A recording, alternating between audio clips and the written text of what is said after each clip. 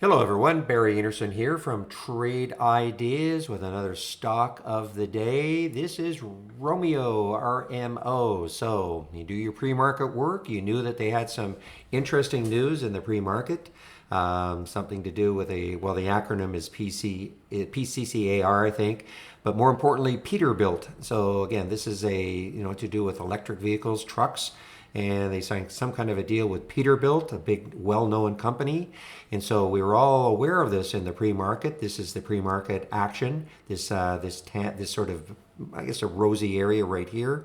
And then when the market opened, I had two alerts for it. One from my watch list, RMO, 889, got all the way up to 1048. Still kind of a valid trade. It depends if it holds 10, or even from my option scanner, which is one of my favorite scanners. A little bit later at 1008, did get up to 1050. So a couple of chances to do that or get into that trade. You take a look at it on a daily chart, and you can see that the next high looking left is 1011. Sorry, it's just over that 1011 right now. Sorry, 1073.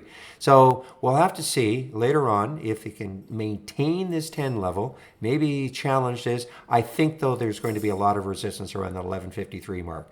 But nonetheless, definitely on a percentage basis, a couple opportunities to get into RMO today. And that made it the trade of the day. And again, why it is sometimes important to know what the news is.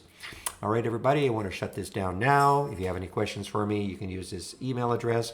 I'll open the trading room tomorrow at 9 o'clock Eastern Time. Hope to see you then. Bye-bye.